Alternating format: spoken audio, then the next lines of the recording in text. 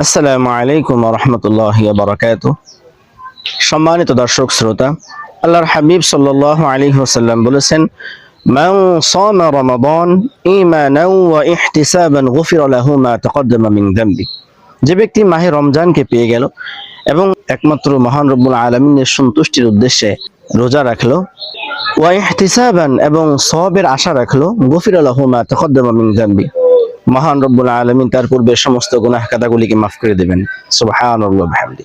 শুধুই তাই নয়, আল্লাহর হাবিব সাল্লাল্লাহু আলাইহি ওয়াসাল্লাম আরো বলেছেন, ওয়ামান কামা রমাদান ঈমানান ওয়া ইহতিসাবান গুফিরা লাহু মা তাকদ্দামা মিন যামবি। যে সমস্ত বান্দা বান্দীরা মাহে রমজান মাসকে পেয়ে গেল এবং রমজান মাসের রাত্রে দাঁড়িয়ে দাঁড়িয়ে রাত জেগে জেগে মহান রব্বুল আলামিনের সন্তুষ্টির উদ্দেশ্যে এবং সওয়াবের আশায় দাঁড়িয়ে দাঁড়িয়ে সালাতুত তারাবিহ আদায় করলো, গফির লাহু মা তাকদ্দামা মিন যামবি, আল্লাহ রাব্বুল আলামিন তাদেরকেও তাদের জীবনের পূর্বের সমস্ত গুনাহ কাদাগুলিকে মাফ করে দিবেন।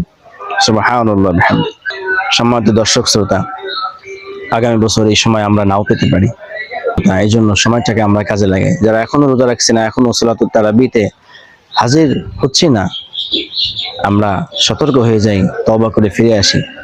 আমরা সকলেই পূর্বের সমস্ত ভুল ত্রুটি আল্লাহর কাছ থেকে ক্ষমা চেয়ে রোজা রাখি এবং সালাতুত তারাবিহ আদায় করি।